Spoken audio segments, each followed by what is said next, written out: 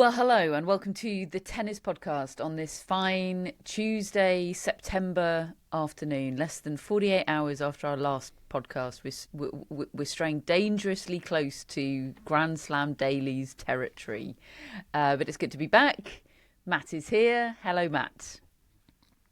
Hello, yes. I think it was Arvind on the barge asked whether we're going to complete the podcast on every single day of the week in 2025 outside of the majors. And I think Tuesday is certainly going a long way to helping us do that. We were planning our schedule for the rest of the year. We've got one on a Saturday coming up. So I reckon we can do it with tennis's weird and wonderful scheduling.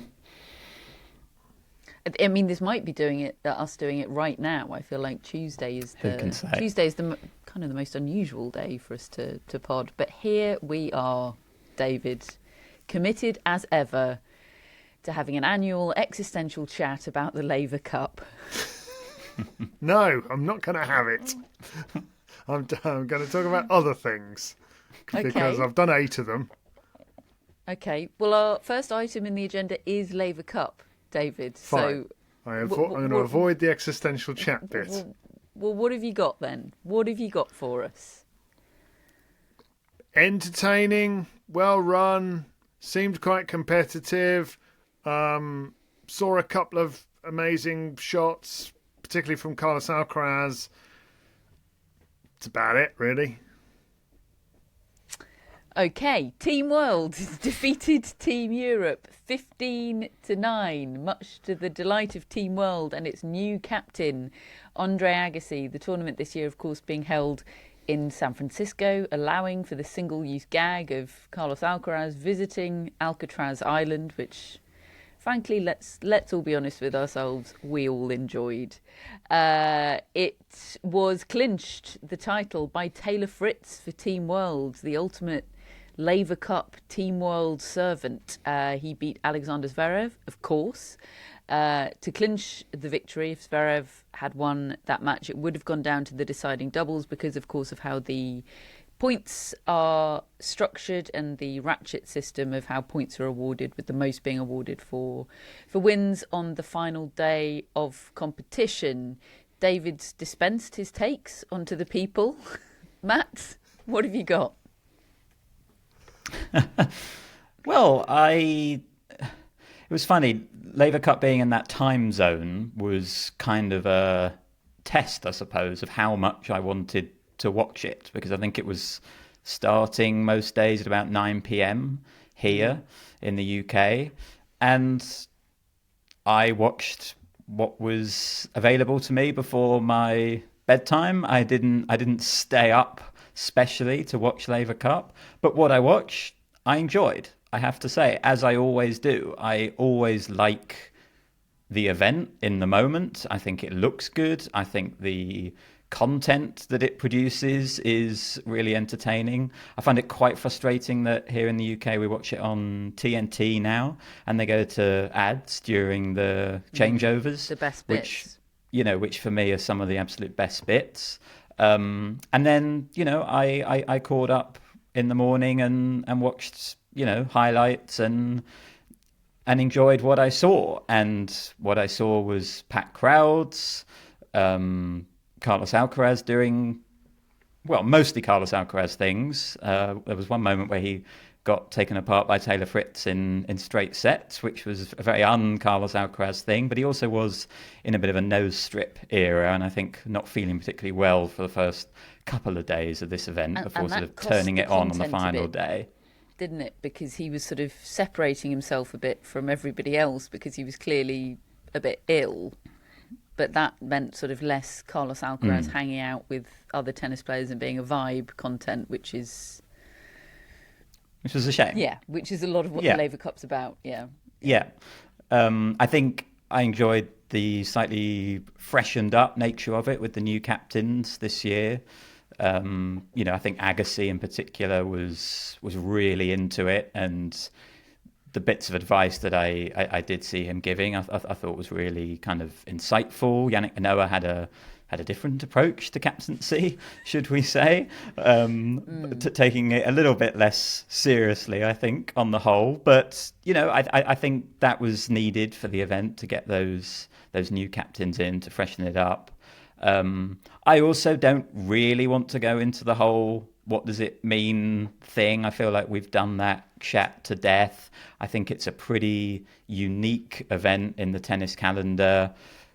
I always enjoy it, and then I kind of move on from it, and I'll enjoy it again next year. That's kind of where I am with Laver Cup.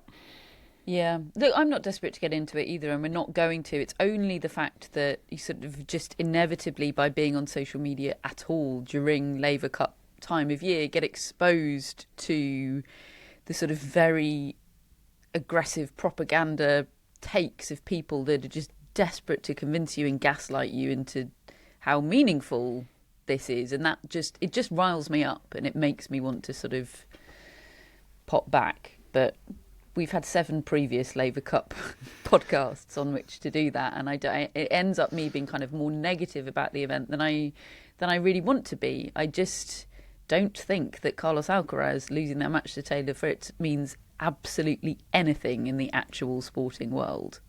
If he starts beating him at slams and on tour, I'll eat my words happily. They might meet in the final of Tokyo this week, mightn't they? I did enjoy the moment. The clip that's been circulating of Carlos Alcaraz turning off the TV that was showing the celebrations of Team World on it after they won. I really did enjoy that clip. Very relatable stuff from Alcaraz. Just one little tennis insight that I got from it, kind of off the court, was the news that Alexander Zverev had injections in his back since the US Open. And that doesn't sound great for him. I mean, he didn't win a set either. And yes, maybe he might put more in certain other events.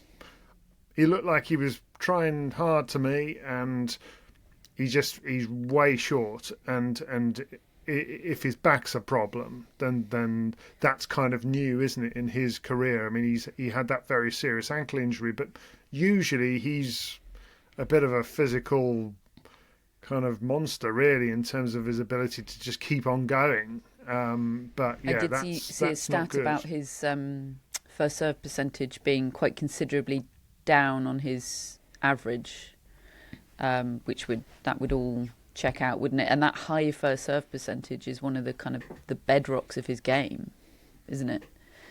And I don't think he's got enough else to fall back on that he can afford to lose that.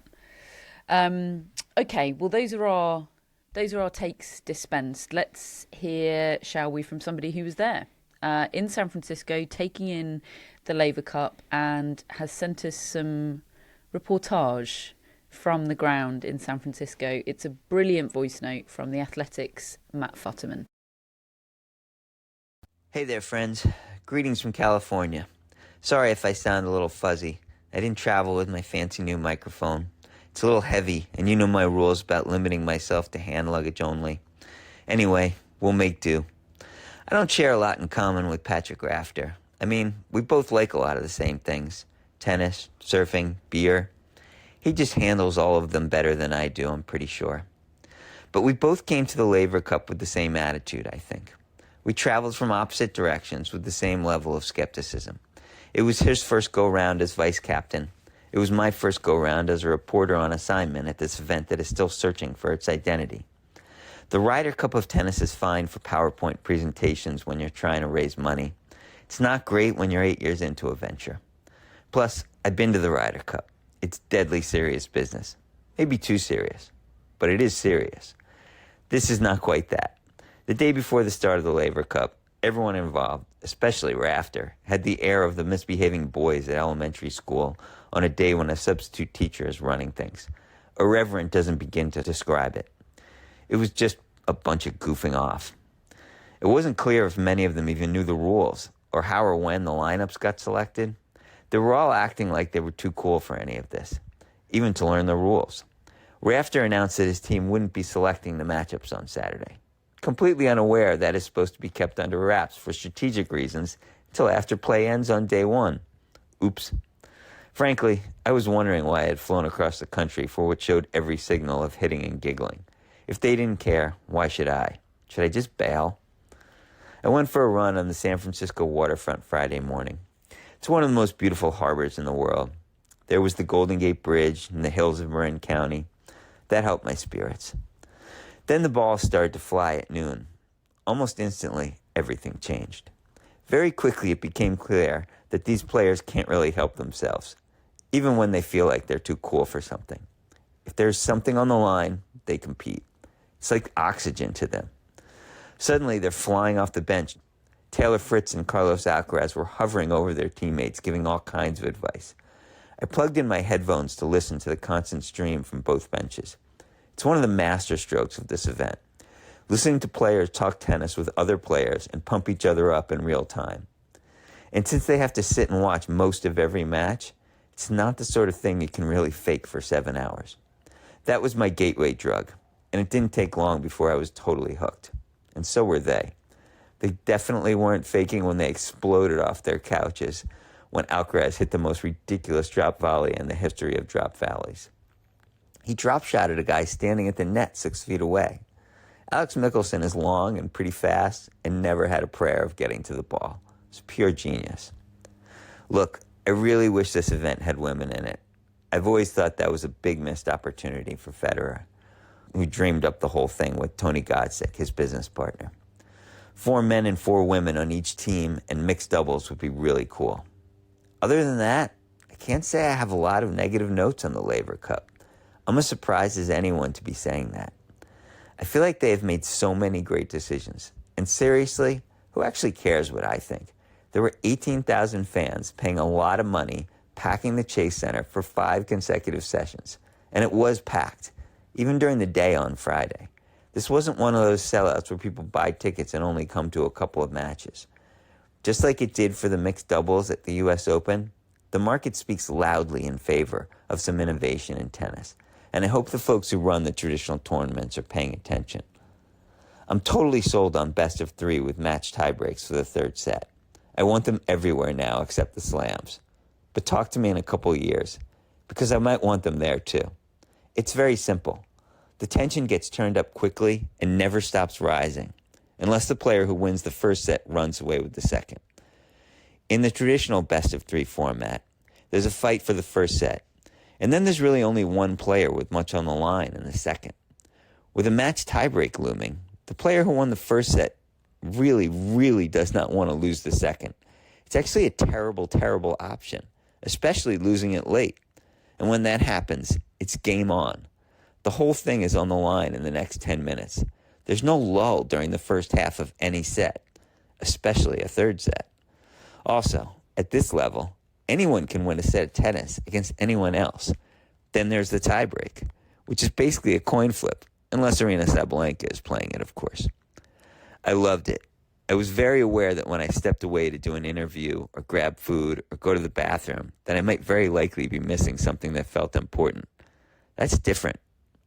I love the coaches on the court. I want them there in every tournament. Humans interacting with humans. It just makes everything more dramatic.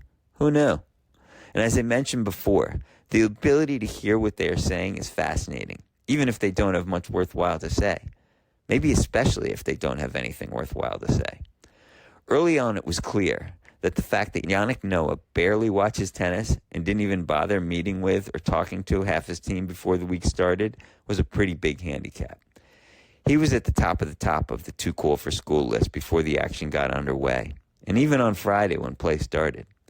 He and Tim Henman seemed to spend most of the changeovers saying the same thing to every player. That's right. Every changeover, every player. Henman, first point. Noah, take your shots. Thanks, guys. That's helpful. On the other hand, Andre Agassi gave every indication that he was completely invested in his players' success. He had so many little tips about positioning and shot selection. I've watched a lot of Alex de Minaur the last 5 years. I've never seen him use a tennis court like he did this weekend. I've never seen him attack returns like he did. I've never seen him attack the net like, well, Pat Rafter. He was absolutely ferocious.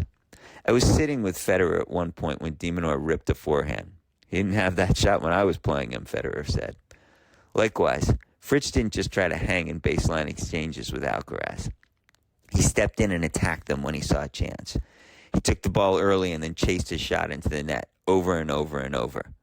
Reminded me of somebody who was sitting on the bench, or a couple of guys who were sitting on the bench.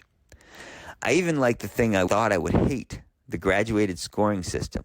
1 point for a win on Friday, 2 for a win Saturday, 3 on Sunday. It seemed gimmicky. Then again, Ryder Cups, when one team only needs to win 1 or 2 of the final day's matches, are empty and over before they begin. Team World needed to win 2 of 4 matches to clinch on Sunday. Team Europe needed to win 3 to force a one-set doubles overtime match. Both seemed very possible with Alcaraz on the court seemingly all day. And with Zverev coming back late against Fritz in the final match, and a suddenly on-fire Alcaraz, ready to go out for a third time that day for the deciding set of doubles, Fritz getting over the line felt essential. Winning his first match point felt vital. As for those matches worth just 1 point on Friday, they felt important in their own way too, especially for the underdog Team World squad that had lost the first 2 matches and looked headed for a bloodbath. They needed a win for Team Psyche. They huddled around a very nervous João Fonseca on every changeover and helped him get what he needed to blow past Flavio Cobolli. If you haven't seen a clip of them chanting Fonseca's name on those changeovers as they circled around him, you're in for the treat. That was in the middle of the match, and they did it a lot. I know I sound like I've swallowed the whole bowl of Kool-Aid. I promise I felt this way a long time before I got the green light to sit with Federer courtside during the second set of de Minaur and Mensik on Sunday. I did enjoy that a lot. As Carlitos would say, I can't lie. I've had breakfast with presidents and Nobel Peace Prize winners. Having Roger Federer talk me through half a set of tennis was way better. But getting back to the matter at hand. Who knew a tennis event could fit into a long weekend? Think about it. It's mid-September. There's 2 more months of tennis ahead. It already feels like it's been a very long year. Much of the blame for that falls on those 2-week Masters 1000 events. And they really are 2 weeks once you factor in practice days and travel. Laver Cup was done and dusted in 3 days. 12 matches, 5 sessions. And did I mention all those sessions were sold out and filled to capacity? Yeah, I know I did. It bears repeating because the phenomena, fewer sessions, more sellouts, better vibes, are related. Every week matches take place somewhere in mostly empty stadiums in tennis. That's the market saying something about what tennis is offering. Again, who cares what I think? I'm just one sports writer in America. But sometimes there really is a wisdom of the crowds. Or the sport can just keep rolling out the same often dreary, draggy format week after week. I'm not saying blow the whole thing up, but there's really no harm in some fan-friendly experimentation and innovation. I will throw Matt Roberts a bone and use that phrase that coaches used to use to describe Clint Dempsey, the American who played for Fulham. What made him good? He tries shit, they would say. Hey, tennis, try some shit. Some of it won't work, but sometimes you might end up with something like that Carlitos drop shot. That's all from the Golden State. Be well. Talk soon. Excellent voice note there from Matt Futterman. Thank you, Matt, for that. Apparently that's the effect of getting to watch half a set of tennis with Roger Federer, and the write-up of that is available now on The Athletic, just below a piece that seems to be about Carlos Alcaraz's silver hair, which, read that while you can, because that hair is growing out at a rate of knots. Matt, anything, he's thrown you a Clint Dempsey bone there, anything you want to react to? That boy Clint Dempsey scores with his left, he scores with his right. Yeah, love that guy. Love that from Matt Futterman. That Carlos Alcaraz drop shot was unbelievable, and the reaction of his team I particularly enjoyed, all sort of jumping up and looking at him as though he's some kind of tennis alien, because they all know how hard it is to be able to have such soft hands and drop shot a guy who was standing at the net. I really did enjoy that moment. Look, I think the point Matt makes generally about tennis's need for innovation, I think is a great one. You know, we're constantly talking about tennis being a little bit stuck, and whether the Laver Cup is your dream sort of innovation that you would want to see in the sport, I think unquestionably you would have to say that as an innovation it has been pretty successful. And I think it's also notable that Matt was covering the Laver Cup for the first time, his first time going to the event in person, and that is generally what I hear from people who go to the Laver Cup. You know, they enjoy it, and they have a good time. And look, none of us have been yet to a Laver Cup. I think it's in London next year, isn't it? So maybe we'll get to experience it ourselves for the first time and be won over by it, maybe a little bit more than we have been seeing it in person. But yeah, I think, to me, I'm going to go a little bit existential here, and I apologise to David for that, and maybe myself, because I said I wouldn't, but it's almost impossible to talk about the Laver Cup, I think, without getting a little bit existential. To me, there is room in the tennis calendar for an event like the Laver Cup. I've always found the idea of, as Matt said there, trying to call it the Ryder Cup of tennis to be wrong, really, because, you know, by very nature they've come up with two teams, Europe against the world, that doesn't create any kind of sort of partisanship or rivalry in the same way that Europe versus the US, or, you know, back in the early days of the Ryder Cup, I think it was GB and Ireland versus the US, wasn't it? So, you know, right there you had rivalry at the heart of it, and you just don't really get that with the Laver Cup, which I think is a sort of big problem for the event if it wants to be taken as seriously as the Ryder Cup. And also the scoring system is something where I disagree with Matt. I do think the scoring system remains pretty gimmicky, and again, if you want it to be ultra serious, then I think you would just have a normal scoring system. I get why they have it, but I think that scoring system is at odds with trying to call it the Ryder Cup of tennis. But I go back to something that I remember Charlie Eccleshare saying on a pod. Maybe it was last year, maybe it was 2 years ago. I can't quite remember. But when he talked about, do we necessarily need tennis to have an ultra serious event at this time of year? You know, and again, this is where the comparison with the Ryder Cup in golf makes it difficult, because golf's majors take up 16 days. You know, there is room in that calendar for another big competitive all-in event. I'm not convinced there necessarily is room for that in tennis when the majors are taking up, what, about 60 days? And we already have our team events, the Davis Cup and the Billie Jean King Cup. I think where maybe I slightly differ from you two is that, and I don't want to put words in your mouth, but it's just my general sense over the years, is that I don't find the Laver Cup to be so sort of antagonistic to the Davis Cup and the Billie Jean King Cup. Personally, I think there's kind of room for both. I would love to see the Davis Cup and the Billie Jean King Cup be even bigger, but the fact they're not, I don't blame the Laver Cup for that. I think the Laver Cup's got a little window in this calendar, which, as Matt said, takes up 3 days. In the early days, it definitely had buy-in from Federer and Nadal, and therefore, I'm watching. Now it seems to have buy-in from Alcaraz. I'm watching. Like, could the field be better? Yes. Do I have some issues? You know, I think a big one, I still find it uncomfortable seeing kind of Zverev there at the event when some of those allegations against him were made, and where we know that sort of commentators on the event were sort of told not to talk about those allegations in the past. You know, I find all that an uncomfortable element of Laver Cup, watching it personally.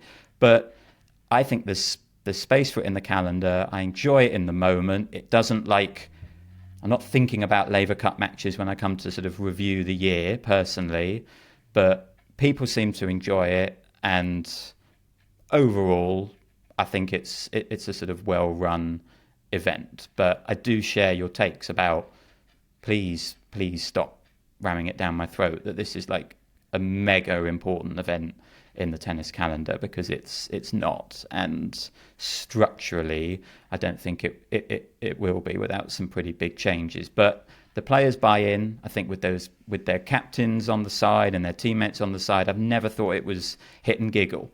Maybe when Gael Monfils was there and sort of he was doing a hit and giggle, and that whole thing was perhaps a little bit uncomfortable. But generally, I do see competitive matches and players wanting to win, and I enjoy it, but it doesn't sort of move me in a big way, if that makes sense.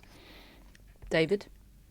Matt, this was held the same week as Billie Jean King Cup, so absolutely it affects Billie Jean King Cup. Now, I realise that Billie Jean King Cup moved itself into this week, but there might be physical room for these events, but is there mental room for multiple team events if you want people to really buy into the Davis Cup and Billie Jean King Cup? When you then look across the way at this mega rich, lavish event which has got Federer's backing, obviously it's his event, he can do whatever the hell he likes, he's an entrepreneur. But if you care about the sport and you see Davis Cup dying the way it is by comparison, and you see Andre Agassi making out like this is the most important thing in the world, and saying to these players at the end, you know, if you pick up the phone to me, the answer is yes before I even answer. Okay, well, can you coach me year round, Andre? I'm sure the answer wouldn't be yes. Anyway, I see Yannick Noah. When Yannick Noah was the captain of France to that title twice, he spent the whole year planning every element of winning that thing, just the way that Luke Donald is trying to go to Bethpage and spending 2 years of his life. As Matt said, he turned up to this. He barely even knew who the players were.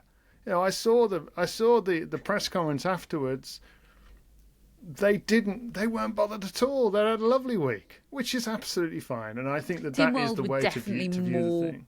More bothered than Europe, weren't they? Yeah.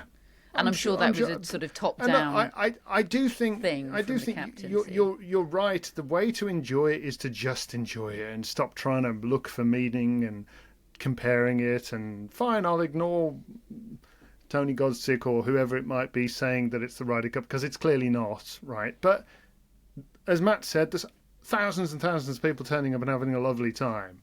But I'm afraid it is not helping Davis Cup and Billie Jean King Cup, which are the important team events in tennis. And all of these people who are getting paid just enormous sums of money to turn up at this thing, when the European team in Ryder Cup just turn up for free, because that's the event. Now, I realise Davis Cup teams do get paid, not prize money maybe, but certainly some sort of appearance fee, but nothing like what the Laver Cup are paying. No, and listen, as I said, he's an entrepreneur running a business, and he's got massive sponsorship. Good for him. He's made something incredible, and it's thousands and thousands of people are loving it. I just think that's a bit of a shame, and it's really up to the individual as to whether they enjoy this. I enjoy it a bit to an extent, and I can totally understand why the tens of thousands that turn up enjoy it. But it's not really for me.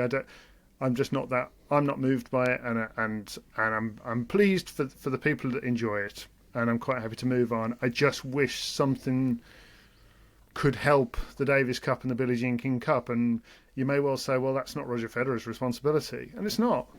But wouldn't it be great? But it is a shame, though, isn't it? If you cared about tennis and you just decided, actually, I think we should all get in a room and try and help those events.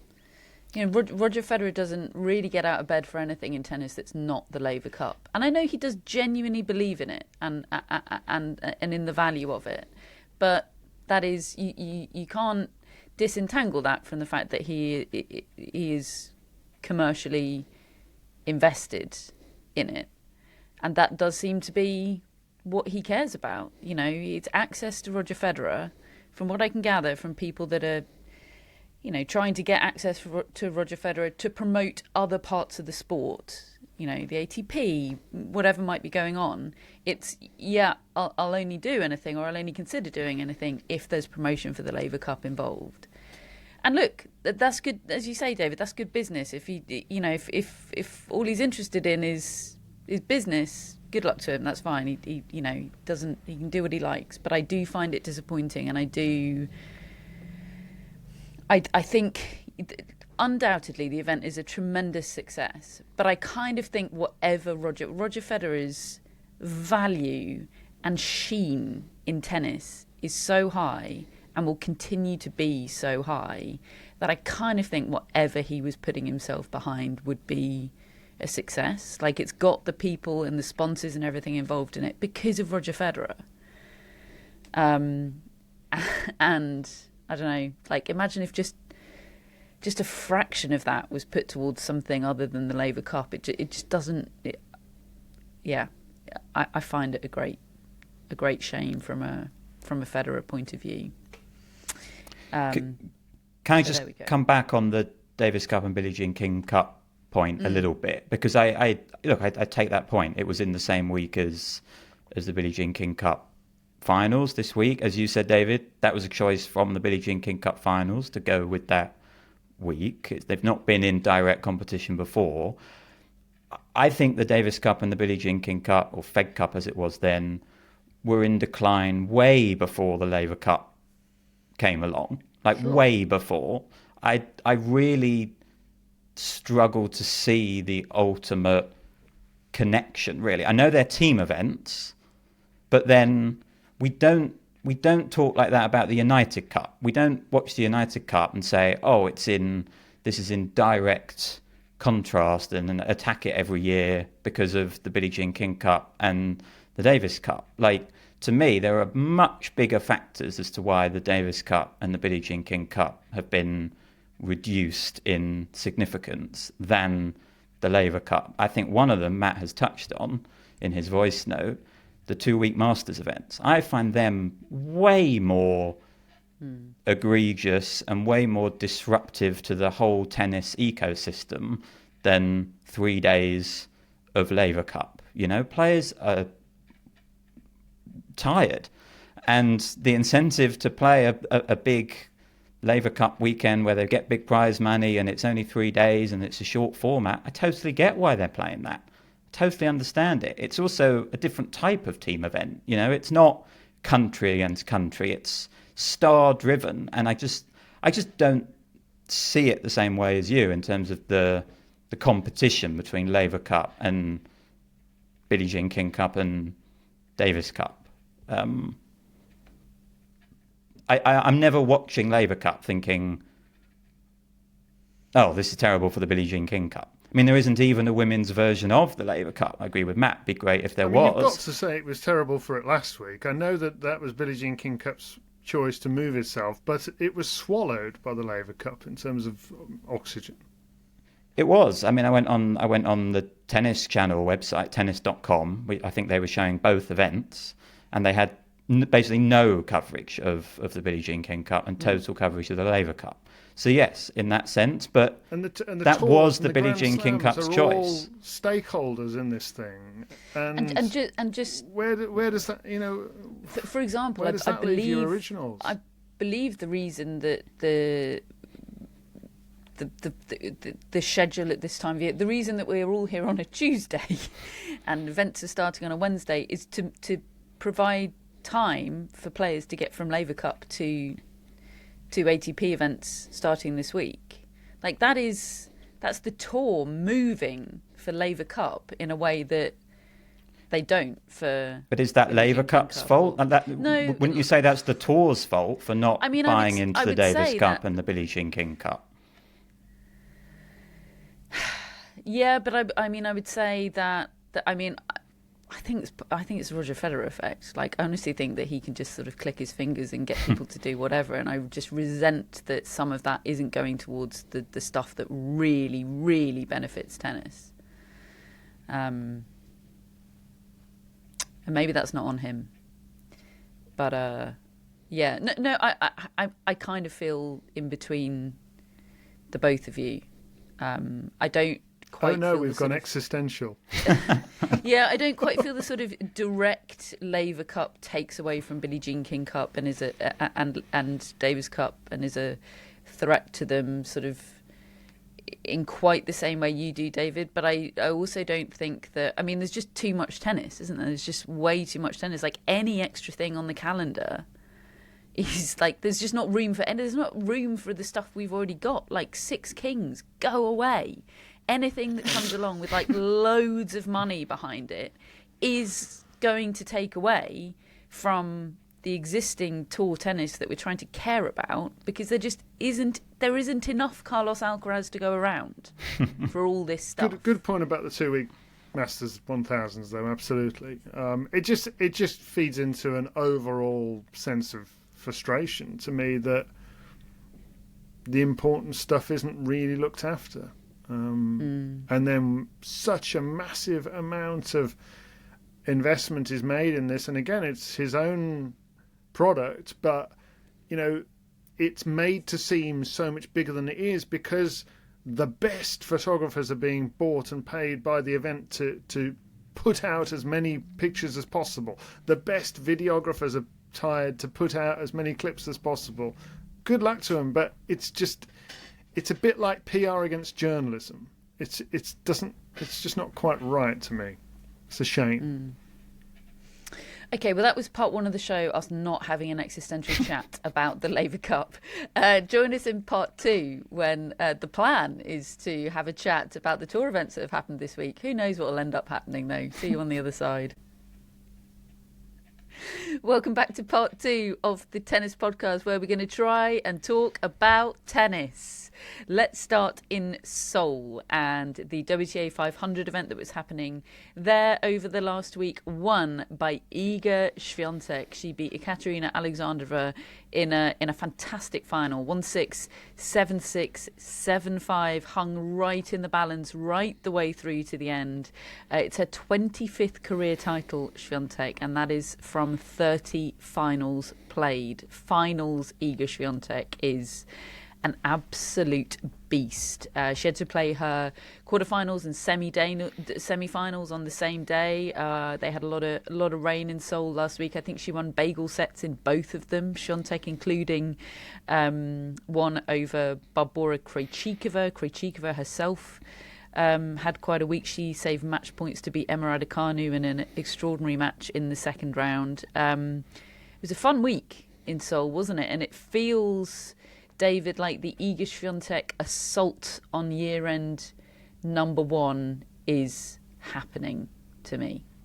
And particularly now that I think Aryna Sabalenka's not playing Beijing, which is significant. It's good going from Swiatek to, I think, particularly to kind of race through an event the way she did and then have this absolute scrap in the final. That must be quite a gear change to have to go through to be winning the thing easily, kind of, and then getting in the final, and then suddenly you're on the receiving end of what you've been dishing out, and you've got to find a way back into it. I think that's immensely impressive. And yeah, I mean, it was quite a nice sort of storyline as well, that her father was competing in the Seoul Olympics and back in '88, and she wanted to win at the tournaments in that city, and I think that's really quite cool, and she did it, and obviously meant a lot to her. And yeah, a good final too. What a great final. I thought Alexandrova was excellent. I sort of think she's got that little antidote to that bounding cross-court forehand of Swiatek that hurts, say, Samova and so many other players, because she just slams it down the line with the forehand and was really hurting Swiatek back. But yeah, got the job done. And as you said, it's an interesting rankings race now. It's funny you say like final Swiatek, because to me this was like very different Iga Swiatek final to the one that we usually see from her. Like, I know she's ended up winning it, but I think that first set is the worst set I've ever seen Iga Swiatek play in a final. It's the first time she's won a final from a set down on the tour. Normally she comes out, is playing well, and wipes the floor most of the time with whoever she's playing. I know she's had some close, great finals as well, but like, she was so bad in that first set, overhitting constantly and just committing to overhitting, like not changing anything up, just constantly coming up with the same unforced errors. And, looking at the stats of this match at the end of it, an absolutely giant of a mental performance from Iga Swiatek. She hit fewer aces, she hit more double faults, she hit fewer winners, she hit more unforced errors, she had a worse breakpoint conversion rate, she won way fewer points than Alexandrova, and yet she won the match because she won the big moments, and all along I was kind of thinking Swiatek is more, going to use that word, clutch than Alexandrova, and we saw that repeatedly. End of the second set, Swiatek was very close to losing this match in straight sets, and yet she found her serve at the right time at the end of that second set. Took it into a third set, went down a break after losing her serve, hitting 3 double faults in a game to go down a break in the deciding set. But then just dug in and kind of just refused to lose. And yeah, I really enjoyed seeing that side of Iga Swiatek battling in a final like this, because as I said, we haven't seen it all that often. It was sort of another string to her bow, I think. And yeah, really enjoyed this final because they'd met, 3 weeks ago at the US Open, and it was not a good match. It was kind of a really meek performance from Alexandrova. She does that thing a bit, Alexandrova, where one thing goes against her and she sulks a little bit, but credit to her in this final because she really played well, I thought, and forced Iga Swiatek to massively raise her level in the big moments. So yeah, a really enjoyable one, and as you said, it keeps the race for number one. Whereas I still think Sabalenka's sort of in control of that, but it certainly keeps it interesting for the rest of the season. Yeah, it's very much pole position for Sabalenka, even with the Beijing situation. It's a 2,500 point gap at the moment. Now, obviously, if Swiatek wins Beijing over the next couple of weeks, that's 1,000 points, and Sabalenka isn't going to gain any over that time, so that would reduce it to 1,500. Obviously, there's events in the meantime, and there's 1,500 points on offer for the winner of the WTA finals. So look, it's she's in a kind of Andy Murray 2016 situation, isn't she? She's going to have to rock up everywhere and clean up, but I think she wants it, and I think she's going to do her damnedest to try and get it, and it puts something extra on the line at this stage of the year, which is always what I'm looking for. I'm always searching for stakes at this time of year, so thank you, Iga Swiatek, for providing that. Speaking of matches where the stats really don't tell you the story of the match in terms of the eventual winner not getting the better of any of the stats, let's turn our attention to Chengdu and a final that finished not long ago between Alejandro Tabilo and Lorenzo Musetti. Tabilo winning 7-6 in the third, having saved 2 championship points. Tabilo, first and foremost, David, a guy who has been totally in the wilderness for a good 18 months, sort of finally broke through a couple of years ago and really announced himself onto the stage. He had that incredible Rome, didn't he? And we were all mouth agape at the whiplash forehand, and then he just disappears, and then up he pops totally out of nowhere. I'm sure it's not out of nowhere for him, and this is the product of a lot of hard work. But for the innocent bystander, this is totally random. Alejandro Tabilo popping up out of nowhere, second lowest ranked title winner of the year, I believe, and the lowest ranked was Jenson Brooksby, who's coming back from his suspension and everything. So, yeah, an incredible week for Tabilo. Well, it's 14 months since Alejandro Tabilo got to his career high ranking of 19 in the world. And a couple of weeks ago, he was 125 in the world. And coming into this tournament, he'd won 5 tour matches all year on the main ATP Tour. Well, he's doubled that this week because he's won 5 to win this title, plus 2 in qualifying. So he's basically won a Grand Slam tournament's worth of matches this week. I mean, it shows you how quickly, things can change. This will now take him up to 72 in the world. So he's gone 19, 125. Now he's back up to 72. And another little sort of side tangent to how your fortunes can change.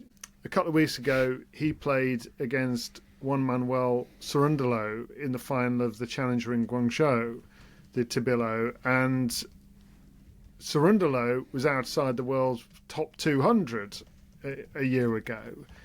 He wins that title, beats Tabilo in the final. He's now 1 place lower than Tabilo in the rankings next week, so he'll be 73 in the world to 72 for Tabilo.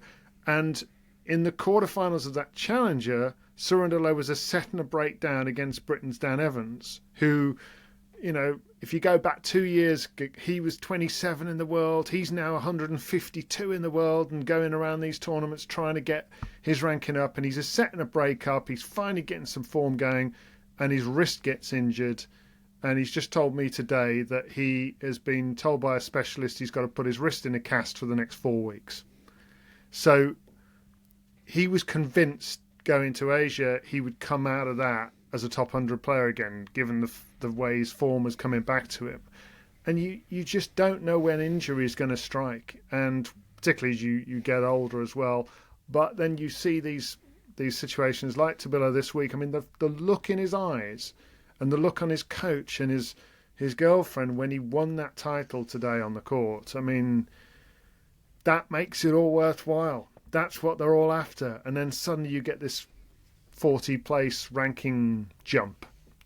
So I hope that might be in Dan Evans' future as well. But it's a tough sport.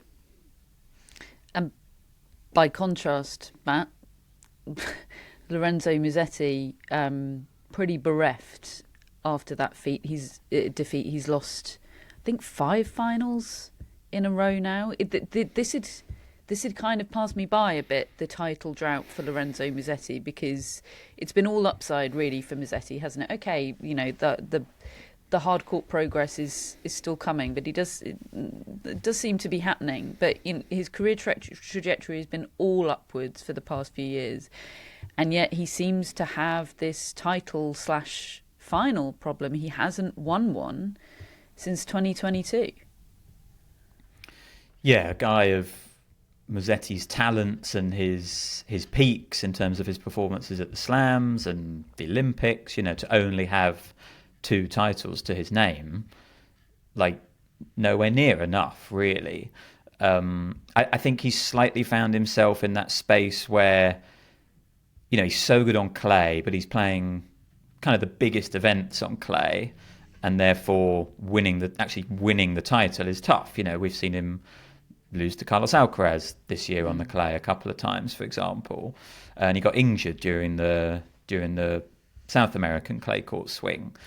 But then he's not really good enough on the hard courts to regularly be picking up titles. So an event like Chengdu, where he's the top seed, it's all he's caring about really is trying to win the title and get another title and get that winning feeling in a final again. And yeah, I consider myself a pretty seasoned Lorenzo Musetti watcher, and that is as sad as I've seen him. Well, it's as sad as I've seen him at the end of a match. He was absolutely gutted about this because it got away from him, to be quite honest. He's absolutely strolled through the tournament. Okay, had a bit of a tricky opening match against Prismic, but after that he was dominant.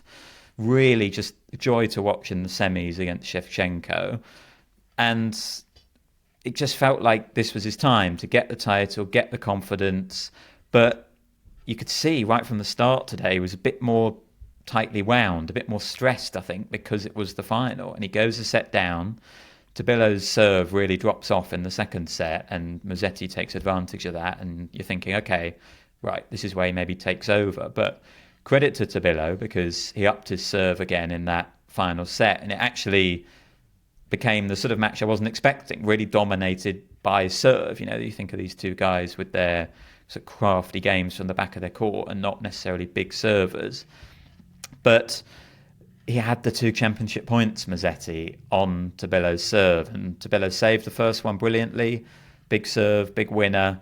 But then the second one will be the one that Musetti will regret, a very, very tight forehand error.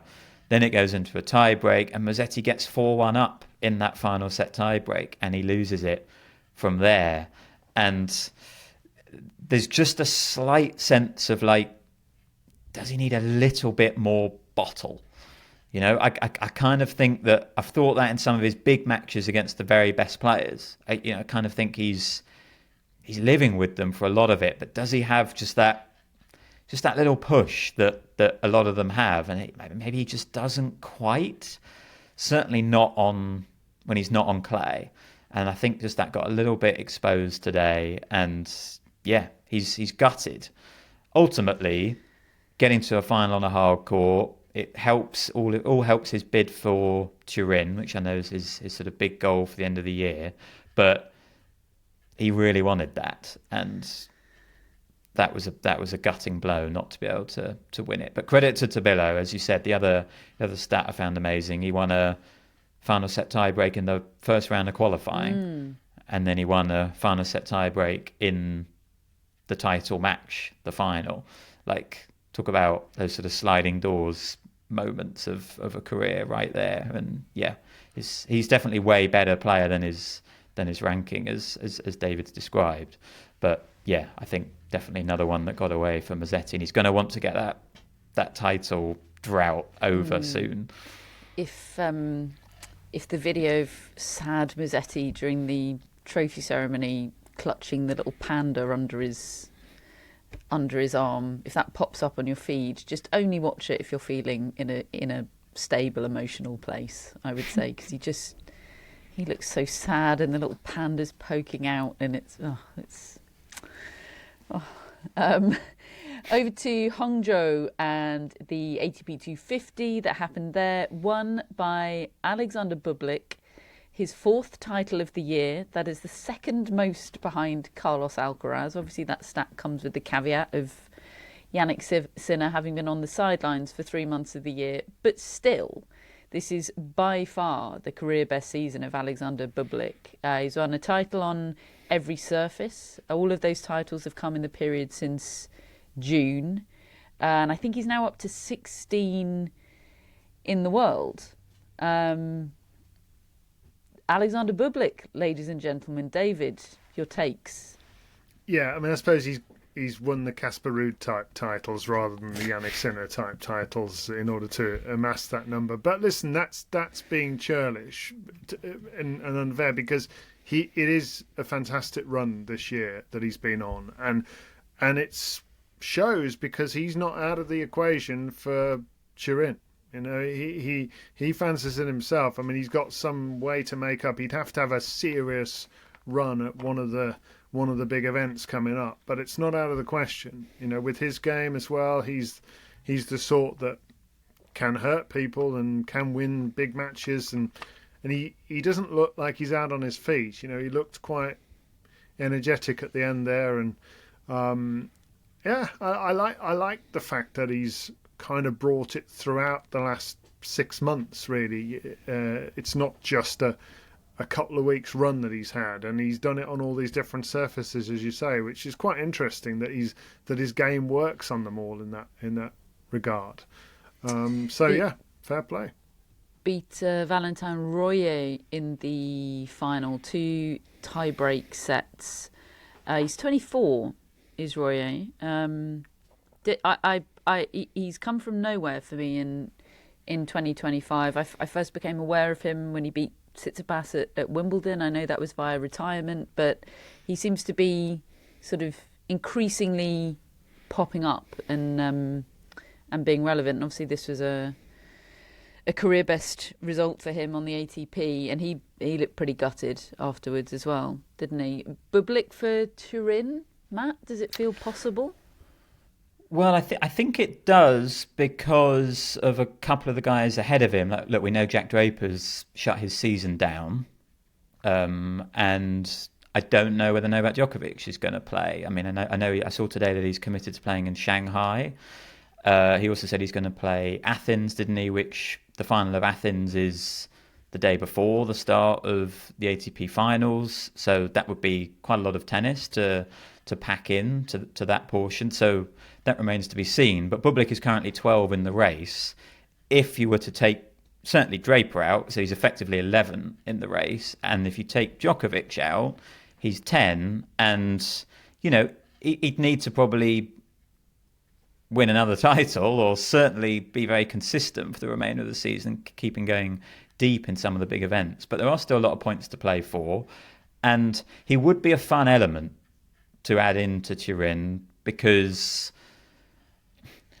I know he's won these titles at lower level, but I think he has sort of shown that he's quite good at playing the top players. I don't think they necessarily want to see Alexander Bublik. Until he's expected to win or to be competitive, he is. Right. And then Yannick Sinner absolutely wipes the floor with him. Yeah. But, I'd certainly sort of like his chances more against some of the players in that field than I would sort of the chances of like a Khachanov or a Rublev, who are sort of around him in the race. But it's going to be a bit of a scrap, I think, to get those final spots in Turin with sort of Musetti, De Minaur, Auger-Aliassime, So he's definitely in contention. Let's see. Got married this week, Auger-Aliassime, didn't he? As did Denis Shapovalov, I think, a few days before him. I spent a long time looking at the pictures of Dennis and Miriam's dog Yahtzee in his little tux. I think Yahtzee might be the number one tennis dog at the moment. I really do love Yahtzee. But probably should mention Wu Yibing, who had a fantastic week, didn't he, in Hangzhou? Beat Adrian Manarino, Sebastian Korda, Daniel Medvedev. Fantastic week for him, and good to see him back at tour level and making himself relevant again. Just before we move on to part 3 and a look ahead to events this week, some sad news today from the tennis world that Nikola Pilić has died at the age of 86. As a player, he reached the semi-finals of Wimbledon in 1967 and the final of the French Open in 1973. He's, of course, probably most associated with the Wimbledon boycott of 73, when 81 of his fellow pros boycotted Wimbledon after Pilić was suspended by the Yugoslav Tennis Federation for not playing in the Davis Cup. Post-playing career, he captained Germany to 3 Davis Cup titles between 1988 and 1993. He was Croatian, but captained Germany. He was also captain of the Croatia side that won in 2005 and played an important role in Serbia's victory in 2010 as well. I wonder, Matt, there can't be many people, if any, that have captained multiple countries to Davis Cup titles. Just going to dangle that as a potential Pilić-inspired stat for you.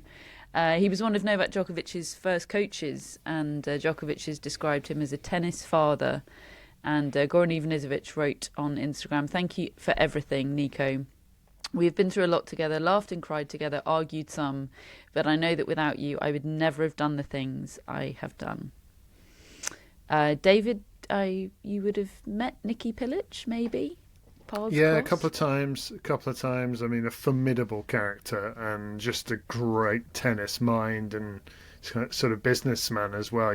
Sort of real kind of somebody who inspired a lot of change. I think a bit of a disruptor and just hugely impactful on a lot of different significant tennis names of today. You've mentioned some of them there: Novak Djokovic, Goran Ivanisevic, and as a player in his own right. But big a big loss. Okay, that is it for part 2. We'll be back in part 3 to have a look ahead to this week in tennis, or the rest of this week in tennis. Welcome back to part 3 of the Tennis Podcast, where we look ahead to what's going on this week, or this week onwards, in the tennis world. We have 2 ATP 500 events starting tomorrow and Thursday. They run for roughly a week. And we have the first 5 days of the 12-day WTA event starting on Wednesday. That is Beijing, of course. Everybody good with that? Everyone feel like they know what they're doing? That's what Hannah wrote on the barge. Yep, no, me either. WTA Beijing starts tomorrow. Main draw starts tomorrow, Wednesday, and it finishes a week on Sunday. Coco Gauff is the defending champion. It was the event, of course, last year where she showed up with her new coach, Matt Daly, the grip expert, and sort of unexpectedly won this huge title very early in her project of working with him. So she's back, of course, with different new coach this year, continuing to work with Gavin McMillan, the biomechanist. Aryna Sabalenka, as we've discussed, is not there, but pretty much everybody else is, Matt, and that includes Zheng Qinwen, who is making her return to the tour after surgery, her first tournament since Wimbledon. Yeah, really excited to see Zheng Qinwen again, to be honest, especially at an event in China. It was obviously a shame that the Billie Jean King Cup finals came maybe a little bit too soon for her, but probably keep my expectations in check. But let's hope that that she's injury free and pain free to start with. But yeah, that's going to be interesting. And yeah, like just a great field, really. I was just going through the draw, picking out sort of who was in each half, and I just sort of ended up listing everyone because everyone's pretty much there. I did note that since I did look at the draw, Alina Svitolina has shut down her season. Quite a tough statement from her.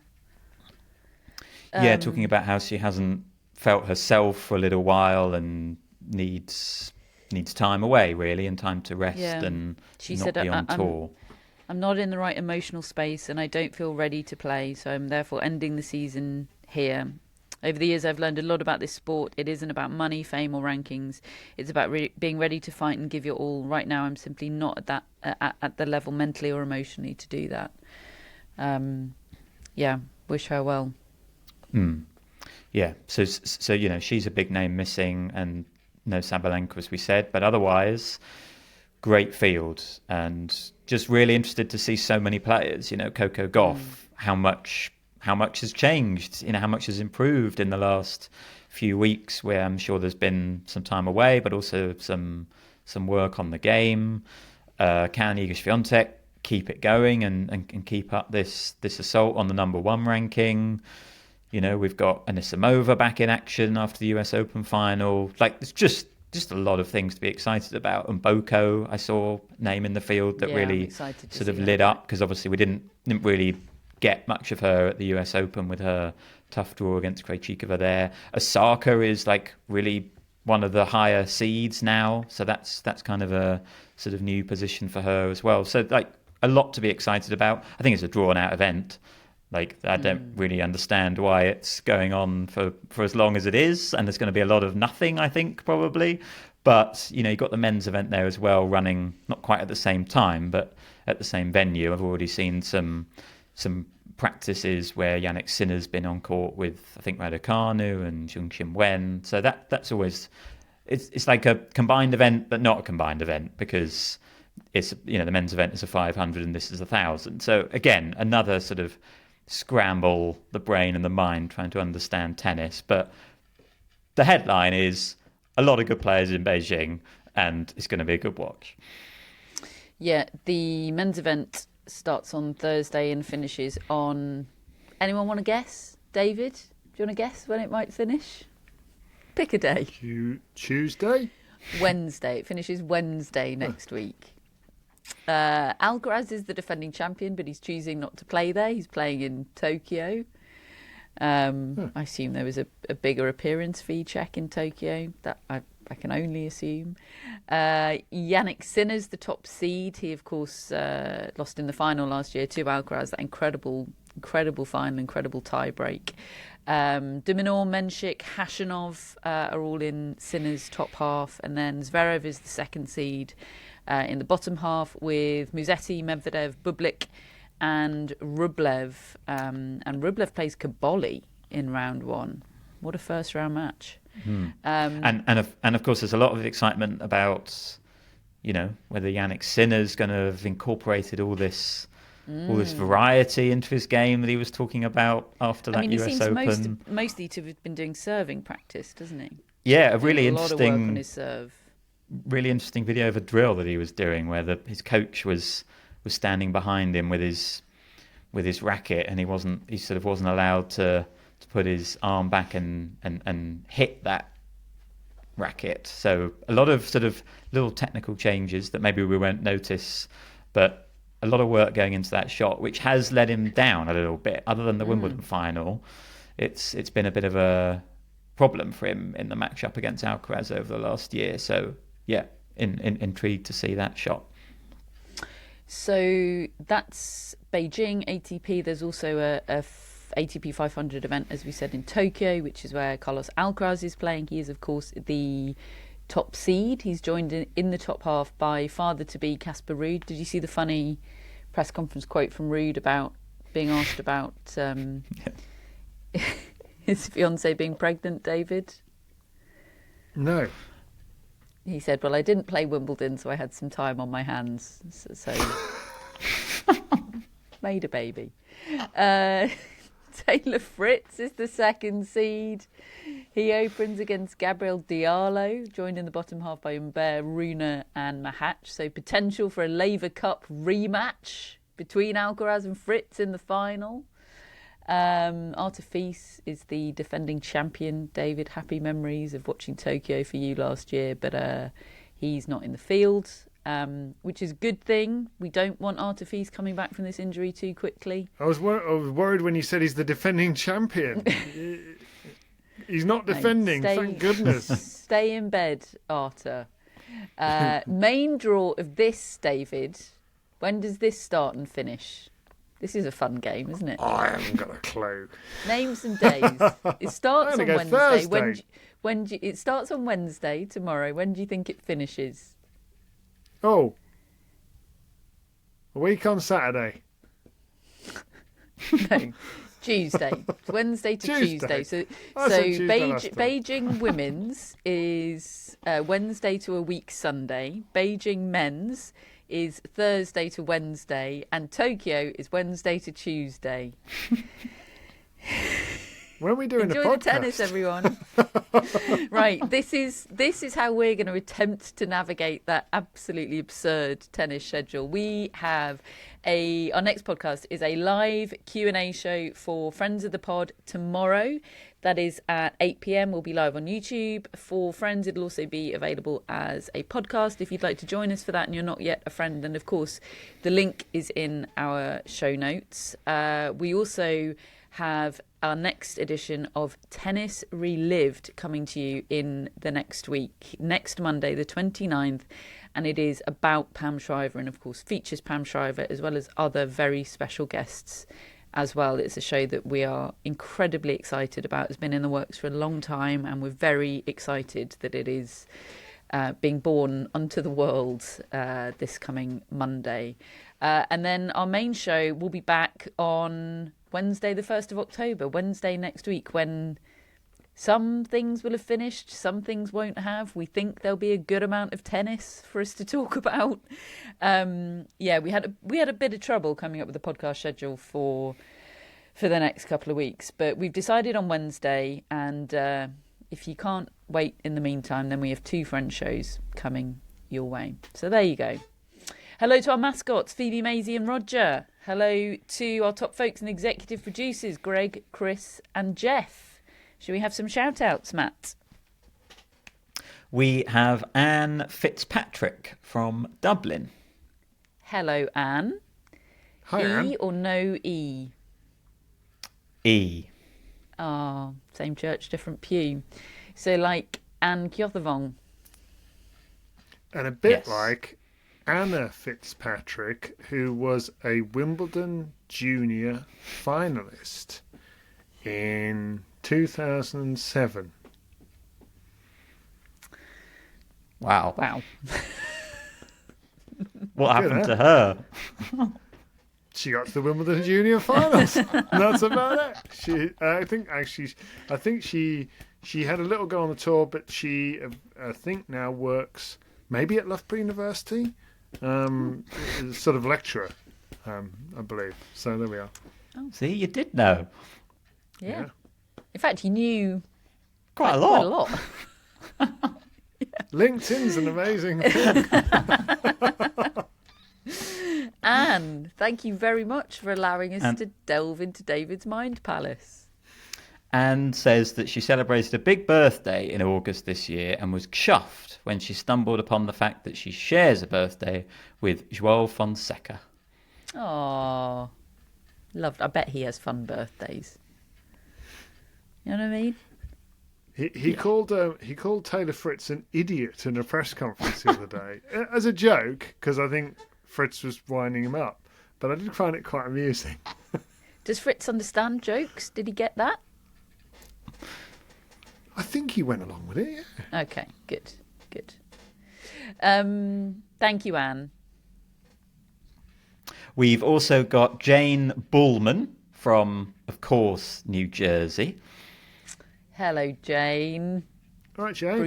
Bruce's birthday this week. Today. Is it today? It's today. So how appropriate that we would have a New Jersey and that's not the term, is it? What do we know about Jane? Jane says that she's a long-time listener and as a history and tennis lover especially enjoys Tennis Relived, and she wants to give a special shout out to the members of the Barge from the UK who gave so many wonderful recommendations for her trip to London last year. Oh, Marvellous. I hope you had a wonderful time, Jane. Lovely stuff. And Like finally, Jane. like Jane Peaches Barkovitz. Ah, very good, Matt. Very good. Superb. Yeah. No notes. And finally, I'm sorry in advance for my pronunciation of this name. We have Oz Shiowatana. I'm going with Okay. How are we spelling Oz? OS. Okay. Right, Oz. Do you think Oz? Yeah, I do. Yeah. It's quite a rock star name. And Oz is a software engineer manager living in Bangkok and has been a devoted pod listener since 2020. Good work. Discovered us during the pandemic. Classic.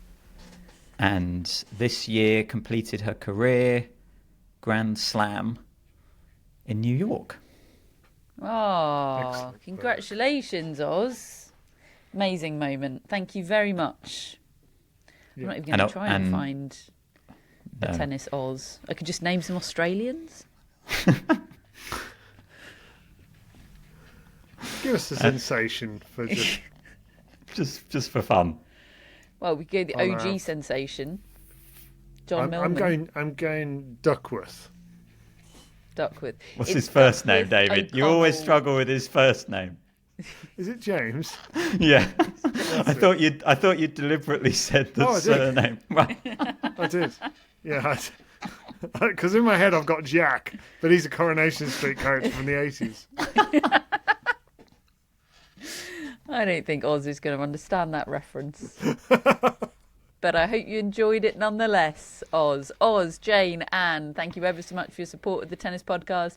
If you'd like to become a friend, the link, as always, is in our show notes. We are part of the Athletic Podcast Network. We'll be back for Friends tomorrow and Monday. We'll be back with our regular show next Wednesday. Enjoy the tennis, chaotic as it might be. Thanks for listening. We'll speak to you soon.